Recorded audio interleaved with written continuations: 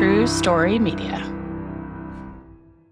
Fiscally responsible, financial geniuses, monetary magicians. These are things people say about drivers who switch their car insurance to Progressive and save hundreds. Because Progressive offers discounts for paying in full, owning a home, and more. Plus, you can count on their great customer service to help when you need it, so your dollar goes a long way.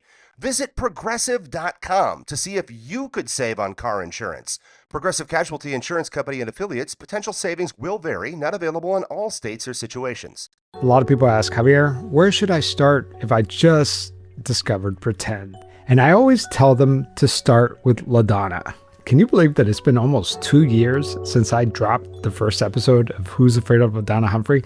Yeah, so if you're new to Pretend and you've never listened to this show, start here because this one is mind-blowing. And if you discovered the show because of the Who's Afraid of LaDonna Humphrey series, it's fun to revisit it. I have not listened to this episode in a long time, and boy, I had no idea what I was getting myself into. All right, without further ado, let's play part 1 of Who's Afraid of LaDonna Humphrey.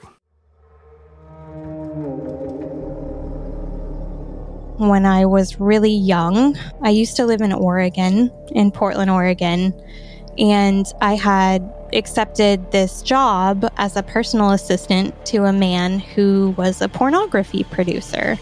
It was 2010, and Alicia Lockhart was only 24 years old. To my knowledge, when I accepted this position, his niche was clown pornography. Clown? Clown? I don't know if it was the streaming. Did you say clown or... Clown, like birthday party, okay. Like entertainment, children entertainment, Wow. Clown. Typically, when I interview someone, I have a prepared list of questions. I have an idea of what the story's about.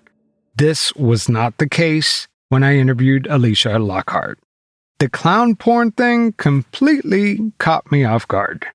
When I went for my job interview, there was a honest to God clown pornography being filmed in the background of my job interview to be this man's personal assistant.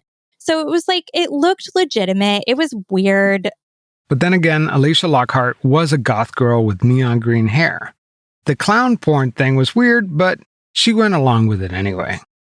You can see I'm kind of alternative or creative. I didn't bother me in that moment. I was like, okay, cool. This is an interesting kind of office work. I'll take the But when I showed up for my first shift of work, he asked me if I would be comfortable starring in any of the movies that he made. And I told him no, that I didn't want to do that.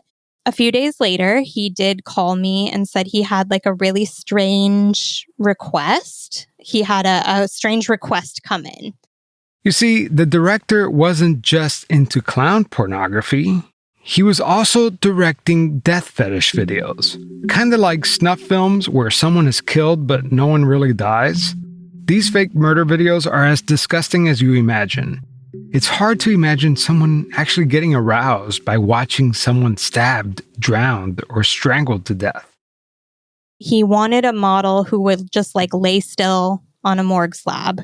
And he said that he needed to do slow pans up and down of their body and that's all it would be. No touching, no other people, just lay there naked. So I was a little uncomfortable with it, but he was offering me $500 to do that. I was 22. It seemed easy. He said that nobody would ever see it. It was going on a CD in somebody's private collection. There was no contract, no consent form, just his word. And Alicia, she just went along with it. I showed up to the filming location maybe a week later, and it was actually his house, and he was wanting to film this in the basement of his house. He fed me lunch before we filmed. Nothing fancy, just sandwiches and lemonade. Also, they weren't alone either. In fact, the director's girlfriend and son were in the room. She was a little nervous, and the kid was within earshot the whole time, so they avoided talking about this whole death fetish shoot that was about to happen. After lunch, they walked downstairs to the basement. Now, this is where things start getting a little foggy for Alicia. I asked her, how did she get the mark across her neck? It made it look like she was strangled. Was it drawn on or was it something else? Alicia says she doesn't remember. And he had this Mickey Mouse watch in it. And he was like, I need you to put this watch on for me before we start filming. It's like the most important part of the film, so put it on. A Mickey Mouse watch? That's creepy. And he reiterated that it was super important that the dead girl be wearing the Mickey Mouse watch in the video. So I put it on, and at this point, like, my memory changes pretty drastically from being like a full-blown movie to being like I can barely grasp little moments from that point. I've unfortunately watched the video. Yeah, Steve. Yeah, I'm here. Oh, well, it looks like it's our guy. The director was also the star of the video, and he played the part of a CSI investigator examining the crime scene. I'm in a hurry because I got another one right after this. Like I said, I'm going to get her back to the field office ASAP. Alicia is laying on the floor with her back propped on the sofa. Her head is tilted back, and her mouth and eyes were wide open. She's posing as a corpse. He eventually grabs Alicia's lifeless body, lifts her up, and carries her off screen. I'm going to get you down these stairs. In the next scene, Alicia is laying on a platform of some sort. The director examines her entire body. You just keep getting hotter and hotter. I'm sorry for having to describe this in such great detail, but this next part is kind of important. The man slowly undresses Alicia. She's completely naked except for this Mickey Mouse watch. Maybe it's because she was instructed to keep her eyes open and fixed to one spot. Maybe it's the trauma of being exploited, or maybe it was something else, but Alicia says that she doesn't remember much about this day. And obviously, this was not a comfortable or a normal experience for me anyways, so I kind of just felt like maybe I disassociated or something. Like, it was uncomfortable. Severe bruising on the inner thighs. But I just kind of had put that memory out of my mind. It was a really long time ago. Like I said, it was 2010 and Alicia was just 24 years old. And it happened to come back up into conversation in 2021 with my sister. And when I told her about this experience, she was like, this is super creepy. Why did they want a video of a dead girl with a Mickey Mouse watch? Where do you think that video wound up? Like, what? Do you know what it looked like? Did you ever watch it? So we had this conversation about it, and she ended up Googling Mickey Mouse watch plus murder. And that's when they got a hit. There was a case out of Arkansas where a 21-year-old woman named Melissa Witt went missing. They found her body 6 weeks later. And so when she did that Google search, Melissa Witt is what came up, because that is a detail about that case. Melissa Witt, her watch was taken from her body after she was murdered, and they've always kind of believed that the murderer might have kept it as a trophy. At this point, I was really creeped out. I didn't think that it was necessarily related, but it seemed random. Like, it just seemed like such a strange... It's a detail. Mm-hmm. It's a detail that's very specific, right? Like the morgue thing, I could kind of understand, but the Mickey Mouse watch, that just seems very specific. Right. And like, it could not be related at all. Could just be a coincidence, but I figured I will just let law enforcement decide that, because I figured they could probably find the guy I used to work for and talk to him about it. Could this fetish porn director be linked to the Melissa Witt case? Does the Mickey Mouse watch have any significance? They thought maybe this information could be a new lead in this now 30-year-old cold case. And so that's why I called in a tip.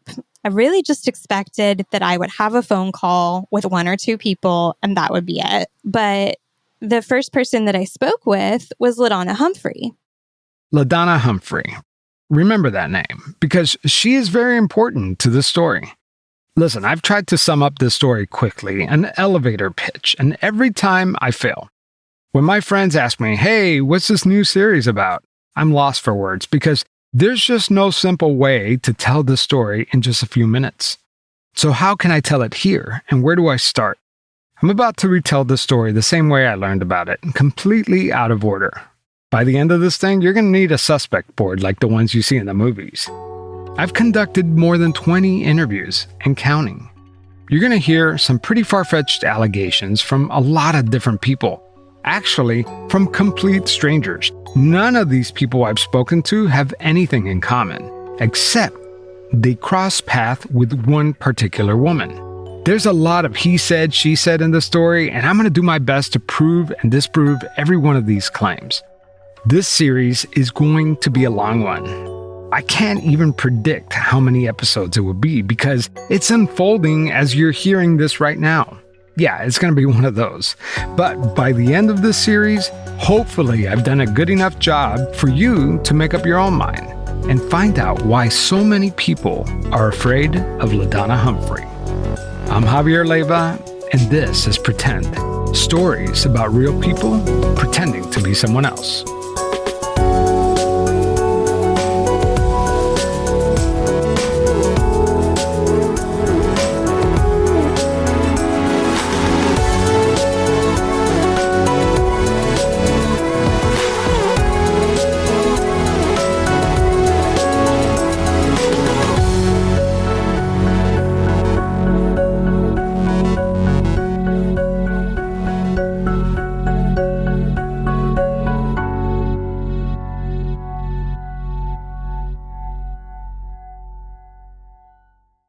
This episode is brought to you by Squarespace, the all-in-one platform for building your online presence and getting your thing off the ground, whatever that thing is. Okay, so you're a true crime listener, you're curious, you're resourceful, you probably have a whole system for organizing information that most people would find unhinged. And if that's you, then honestly, you're already built for this. Because here's what I keep thinking about. So many of you have something you want to put out in this world, a blog, a side hustle, a business, a brand, and the only thing that's been stopping you is just the website part. Like, where do you even start? That's exactly what Squarespace is for, and it's a lot less complicated than you think. First off, the design side, they have this AI-powered tool called Blueprint AI that basically acts like a design partner. You answer a few questions about what you're building, and it helps you put something that actually looks like you. No coding, no starting from a blank screen. And if you'd rather just start from a template, they've got a whole library of gorgeous ones that you can customize to fit your brand. And then, once you've got the site, Squarespace makes it easy to actually run your business from it too. We're talking about built-in scheduling so clients can book you directly. And then once you got the site, Squarespace makes it easy to actually run your business from it too. We're talking about built-in scheduling so clients can book you directly, invoicing, online payments, everything you need to offer your services and get paid without juggling 5 different tools. It's all in there. Go to squarespace.com/pretend for a free trial. And when you're ready to launch, use promo code PRETEND to save 10% off your first purchase of a website or domain. When it comes to wardrobe, I always thought I had lots of options, but lots of options and nothing to wear. Well, Quince kind of fixed that for me. And yeah, I've had more than a few people ask me where I got something, so here we are. Quince goes direct to top factories and cuts out the middleman. No brand markups, no inflated retail prices, just good clothes. That cashmere is 100% Mongolian, same stuff that the luxury brands charge a fortune for. And the Pima cotton is a long staple and it stays soft and it doesn't pill. The European jersey linen is breathable and lightweight. Everything is built to hold up to regular wear and it still looks pretty good. And they only work with factories that meet serious standards of craftsmanship and ethical production. So it's not just good looking clothes, it's actually made right. Those linen shorts, by the way, have become my go-to and they don't wrinkle up like the cheap linen does. They work with everything. And it didn't cost me a fortune either. So if you have a dude in your house that doesn't know what to wear, tell him to stop overcomplicating his wardrobe. You don't need a closet full of options. You just need a few pieces that actually work. And right now, go to quince.com/pretendpod for free shipping and 365 days returns. That's a full year to build your wardrobe and love it. And you will, I promise. Now available in Canada too. Don't keep settling for clothes that doesn't last. Go to Quince, quince.com/pretendpod, one word, for free shipping and 365-day returns. Quince.com/pretendpod.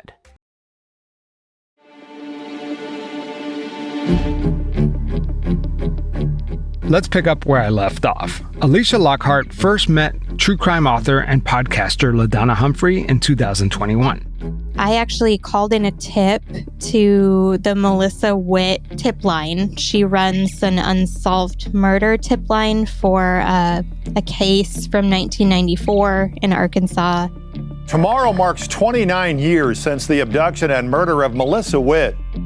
LaDonna Humphrey made a name for herself by covering the Melissa Witt disappearance.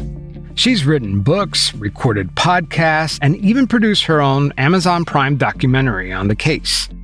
Melissa Witt was a 19-year-old from Fort Smith, Arkansas, who vanished from a bowling alley in 1994. She was missing for weeks until they discovered her naked body laying on a rock in the Ozarks National Forest. Her head was badly decomposed, but investigators were able to determine that she was strangled to death, just like Alicia portrayed in the fetish film. And her Mickey Mouse watch, along with all her other possessions, gone. Here's LaDonna Humphrey describing meeting Alicia for the first time on her podcast, Extinguished. Alicia Lockhart came to me via email with a tip in the Witt case. She had been involved in a death fetish film. She had been asked to pretend to be a girl that had been strangled to death, and the producer asked her to wear a Mickey Mouse watch. So she reached out to me and we got to know each other. And that's how I discovered the world, the underbelly of the internet, death fetish. And that did spark this year-long undercover investigation. LaDonna wanted to know who commissioned the film, who was the producer, what did any of this have to do with Melissa Witt? And she was very, very interested in what had happened to me and if it could be related to Melissa's case. You know, she followed up with me a few times. In case you're wondering, yes, Alicia did report her experience to the Fort Smith Police Department in Arkansas, and she had a series of phone calls with the detectives, but eventually that went nowhere. But it was LaDonna who kept following up. And she pretty much stayed in touch with me every day from that point on. She needed more information about the man that I used to work for, the video. So I agreed to help her as much as I could, and I started looking for the last name of that man. She couldn't remember it at the time. I mean, after all, this video was shot in 2010. And I was still searching for like a clown pornographer in Portland, Oregon, and I just couldn't find him. And it was really, really racking my brain.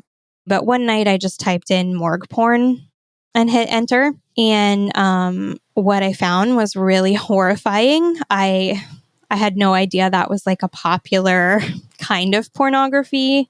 Alicia scoured thousands of death fetish videos.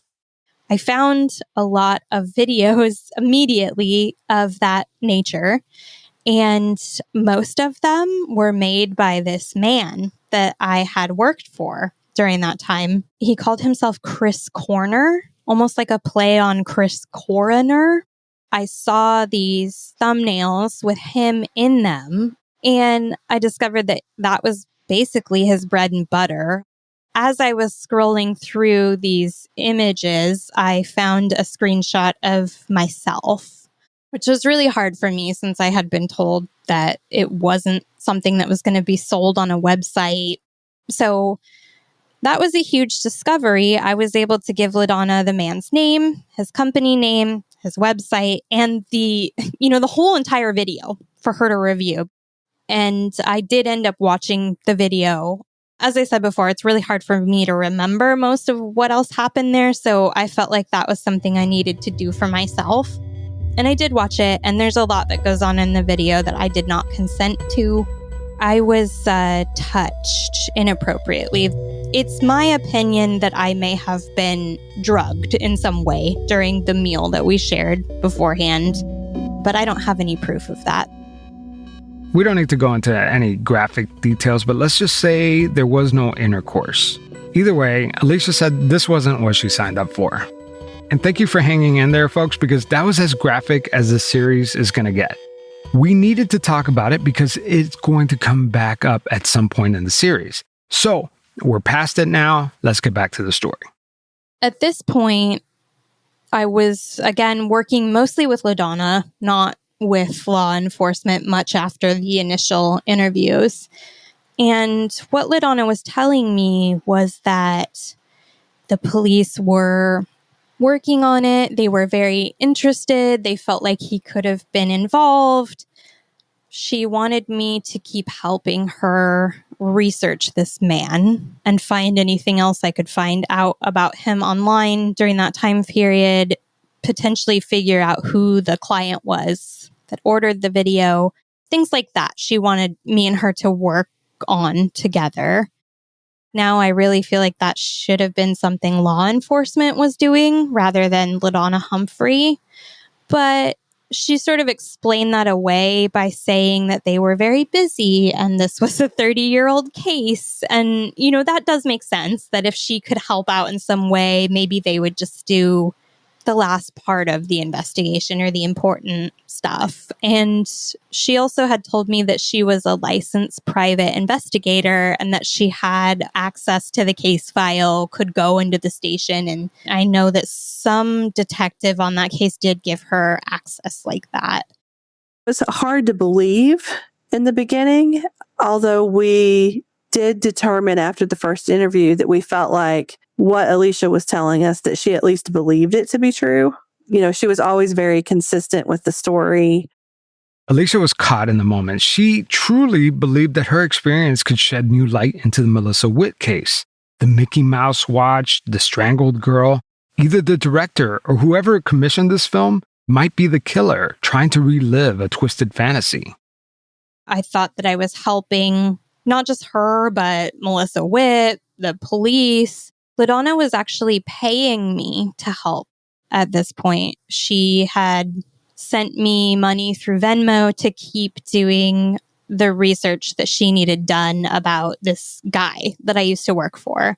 And so I started doing quite a bit of research, not only about him, but like that whole industry. And to be honest with you, I was appalled by it and fascinated by it. It kind of became like a moral mission for me at some point.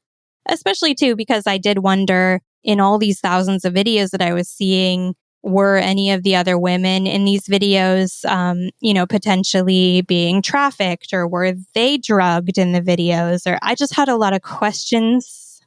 Were any of them dead, actually, and not just pretending to be dead?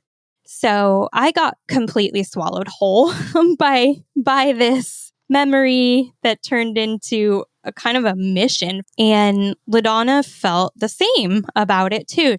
So we sort of embarked on a mission together to learn more about the communities, about the laws, about who these people were behind their screen names and monikers, like who's really making these videos, how many of them are there.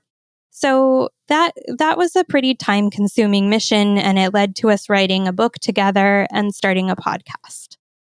And through that process, Alicia and I said, we got to write a book about this. This is so unbelievable. We've got to document it. And they did. In 2022, Alicia and LaDonna co-wrote a book titled Strangled. And then as soon as the book came out, we also launched a podcast called Deep Dark Secrets. After Alicia teamed up with LaDonna Humphrey and started to investigate the death fetish community, that's when the harassment started. She became the target of a person going by the name of Fetish Master. Messages to my personal cell phone number, mostly at nighttime, about how I was in danger and that I needed to stop sticking my nose where it didn't belong, and that whoever was writing these was telling me that I would be harmed if I didn't stop looking around in these places. That's after the break.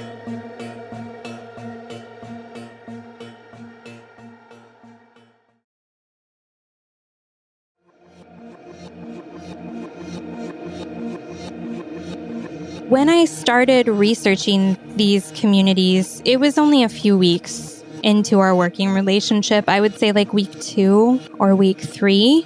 I had gotten into a few of the websites that you needed access, like that you needed a special membership to get in and look around.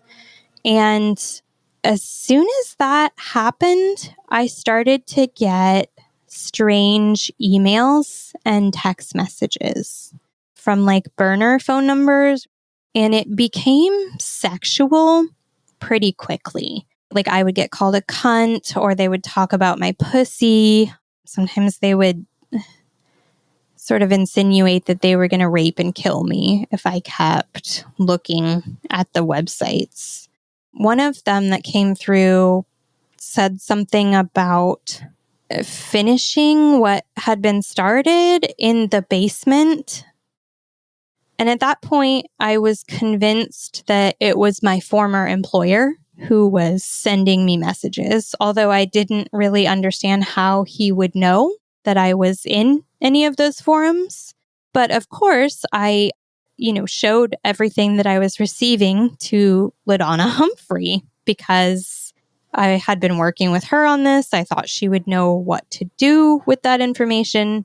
She told me that law enforcement said that there was no way to trace the numbers and that they would recommend that I just keep my phone number how it was because maybe these people would mess up at some point and send something from something that could be traced. And so I was told that if I just kept documentation of everything that was being sent to me, that was like a better option than like changing my phone number or anything like that. So let's recap for a second. Alicia takes part in a morgue porn video in 2010. 12 years go by and she hasn't heard a thing from this director, but the moment that she starts working with LaDonna and poking around these death fetish forums, the director comes back and starts harassing Alicia. The timing is just so bizarre. Like, why now? Yeah, that started pretty early on and continued for almost 2 years. Like, the whole time I was working with her, I think there's like 70-something different phone numbers that were writing me different messages like that, or things about LaDonna herself. They would send me threats, but it would be like a threat towards LaDonna, not towards me. And she would show me things too that she was receiving from the same phone numbers. These people were attacking both of us on the same evenings. Here's LaDonna. I'm going to kidnap you. I'm going to burn your house down. I'm going to do all these horrible things to you. But also on a larger scale, in some of these online death fetish forums, I had been doxxed. And then I would show her because I was like, look at this. This is terrifying. And she would get really upset about it. But it did scare me to get those kinds of messages. It scared me for her and for myself. Despite the barrage of threats, Alicia and LaDonna continued to work together. In fact, they achieved a pretty high level of success. After all, LaDonna Humphrey was already an established published author, speaker, and now popular true crime podcaster. Writing a book, any book, that ends up having any measure of success does come with a price. I'm not saying that for anybody to feel sorry for me, but, I don't have the level of security that I once did. I find it very difficult to go places because now people know who I am. So there is that level of, I can't go somewhere anymore and just kind of like go be LaDonna, on my own in a grocery store. Leveraging LaDonna's public figure, they were able to get in front of the largest true crime audiences. She got us into CrimeCon UK and then US. It felt like the work we were doing was interesting and important to other people. And so I continued to do it. And I was personally invested in it as well. The Deep Dark Secret podcast mostly centered around Alicia's sexual assault and their work infiltrating the death fetish community. One day, while on a video call while doing research on the necrophilia sites, LaDonna Humphrey shares some files with Alicia. We would be like, what do you think of this user? Have you seen him on here? Is he dangerous? Do you know where he lives? What's his story? So she was just sending me a screenshot like we often did one day. One of those screenshots that LaDonna shared left Alicia stunned. This particular day, the screenshot that she sent to me showed her username, but it wasn't the one that I knew. It was actually a username of a user that had been harassing me. It was the username Fetish Master. This user in particular had been sending me emails, posting in the forums a lot of kind of scary things about wanting to hurt the podcasters and some other things about dead girl porn. And I thought, oh my God, she has created this fake account just to like farm social media content for our podcast. Why was LaDonna logged in under the screen name Fetish Master? Could it be that she was behind these harassing messages the whole time? Was she just terrorizing Alicia every other day for 2 years straight for the hell of it? And so I kind of expected that when I called her out on this, she would admit that to me. Like say, I'm so sorry. I made this account so that I had something to post on TikTok this week. And that's not great, you know, but it would have made some kind of sense to me. We could have talked through how I was not okay with that, or like, let's not do that. In the moment, I just couldn't help myself. I was like, how long have you been Fetish Master? At this point, she immediately switches to voice memo and tries to explain to me, but she doesn't explain it at all. Listen, as a journalist, I believe it is crucial for the public, especially families of the missing, homicide survivors, sexual assault victims, and those who have been harassed, to be aware of these serious allegations against a public figure who has built a whole career on covering crime. Therefore, I'm going to play you some of these voice memos sent to Alicia that reveal information about a possible crime or significant misconduct involving LaDonna Humphrey.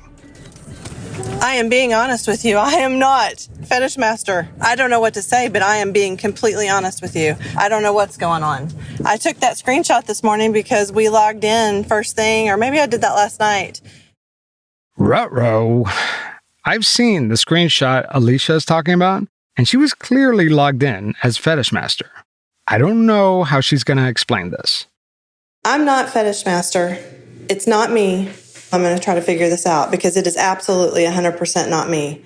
I am really angry at whoever did this for sure. I have 10 minutes of voice memos of LaDonna trying to convince Alicia that she has it all wrong. So I'm a little freaked out. So I went and looked on my phone and I'm not logged into anything at all. I'm a little scared right now, actually. Actually, a lot scared. I am not Fetish Master. I promise you. But this is super weird because one, how would I not notice that when I'm in there taking a screenshot? Like that doesn't make sense to me. I don't know. I'm really, really confused about what's going on, but I'm going to get to the bottom of it. At one point, she even blames her husband for logging in as Fetish Master. Hold on, let me ask Danny too, because I don't think he would do that, but let me ask him. Hold on. It does kind of scare me about what they're up to. This is probably the most freaked out I've been in a while. But again, you ask me any question you want to. I am kind of frustrated if it was somebody close to me that isn't telling me the truth, but I don't think it is. I mean, that would be super odd. Then she blames it on hackers. Well, I'm wondering if I clicked on a link somewhere and have gotten spyware or malware on my phone or my laptop or both, which is completely possible, I guess. I mean, this just throws me. I mean, I'm not mad you asked. If I had $1 for every time someone blames it on the hackers. Okay, so I Googled merge 2 screen names in PHP BB3, which is their platform. And looks like there's an extension that allows an admin of a forum to merge the accounts of 2 different users. PHP B3, merge screen names extension, sounds like a dialogue out of a bad sci-fi movie, but she's technically correct. What LaDonna just described is possible. We're going to discuss that in more depth on a future episode. For a few days, yeah, she continued to tell me that she was looking into it and trying to figure out how that happened. I'm perplexed. I don't know why I would be shocked that they would be doing something like this, but I'm shocked. I just don't know what to do. I'm sitting here in my chair in my room. I'm stunned right now. I don't know. I hate the fetishers. I hate them so much. I can't even explain to you how much I want their communities to just be blown up. These people are so evil, wicked. Then reality slowly starts sinking in. This Fetish Master account actually makes us look really bad, and I'm kind of freaked out about it, actually. My mind is blown right now. This is the first time I think I've ever felt like it's not terror. It's like, what the heck is happening right now? Alicia is just as perplexed. The only way she can explain this is if LaDonna was creating the illusion of Fetish Master to make their podcast more interesting, creating the story rather than reporting on it. And I just asked myself, why? Why would she do all this to you? I mean, of all people, like, I could see why she would do it to other people, but you were just doing a podcast. I mean, why is she targeting you?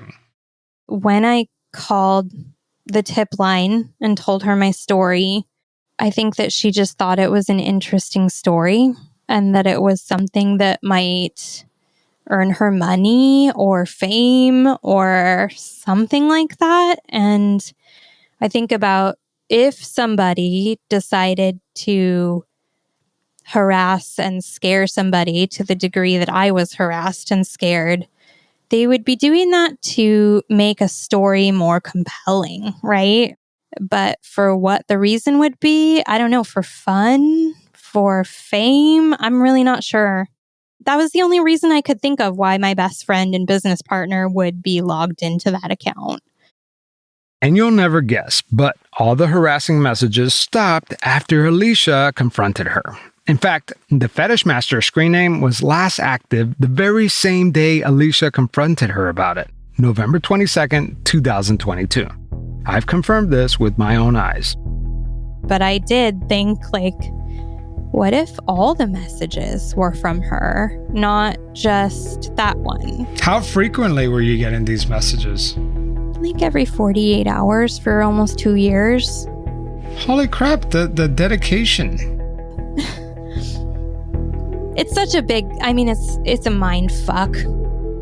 One night, when they were sitting across from each other, typing on their laptops, Alicia says that she received an email from Fetish Master.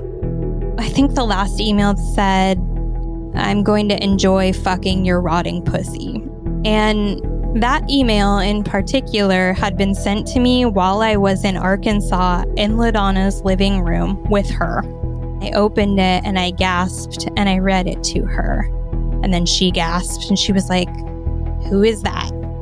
She had me in her living room and I believe she sent me a message to just watch my face as it came in. After I spoke with Alicia, I quickly learned that she wasn't alone. There were other people who were claiming to be harassed by LaDonna Humphrey after they had a falling out.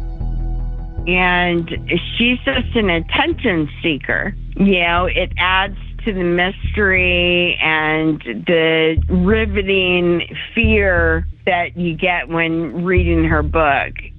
And it was these messages that I was getting, which I started realizing that these are the same messages everybody else has been getting.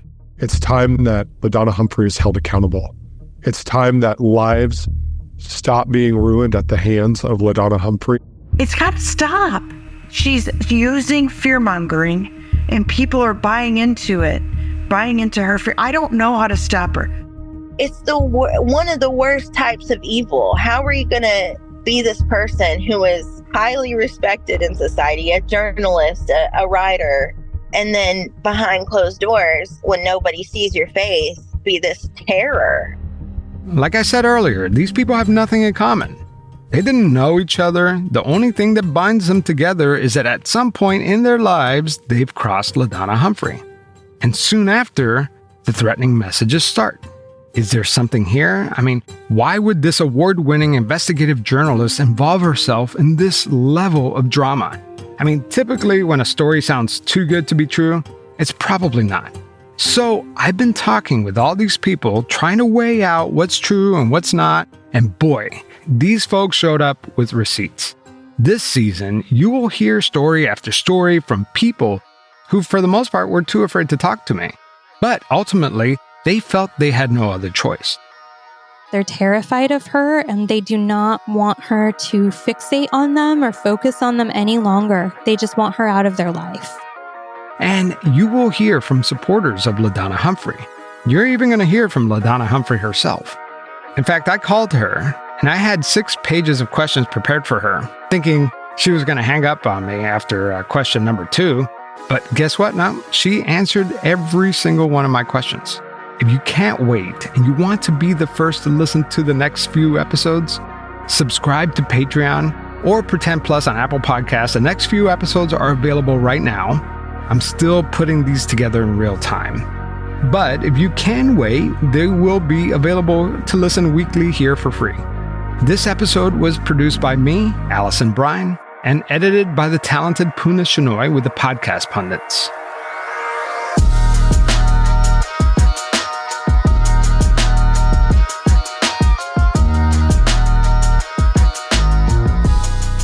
I want to make something clear before we wrap the episode that Alicia Lockhart received many messages for 2 years straight from people claiming to be part of the death fetish community. The Fetish Master account was one of 78 different harassments that she got. The only evidence right now is that LaDonna was logged in under Fetish Master. We can't say the same for the other accounts that were emailing Alicia. We don't know if these messages were from multiple people or one. By the way, LaDonna and her surrogates are already going online trying to dispute this Fetish Master thing. They say they have a perfectly good explanation, and we are going to talk about that in a future episode. But just so you know, just the other day, I received my very first anonymous email. And I've been doing this podcast for 7 years, covering stalkers, and this is the very first time. The timing is impeccable. I've never had one before. It was titled Missy Witt Case, and the email I verified is a spoof account. The sender goes by the name of Nixon O'Neill, which will make more sense in a future episode. It reads, Javier, I appreciate your coverage on the Missy Witt case. I grew up in the area, and you seem to be an expert on the case.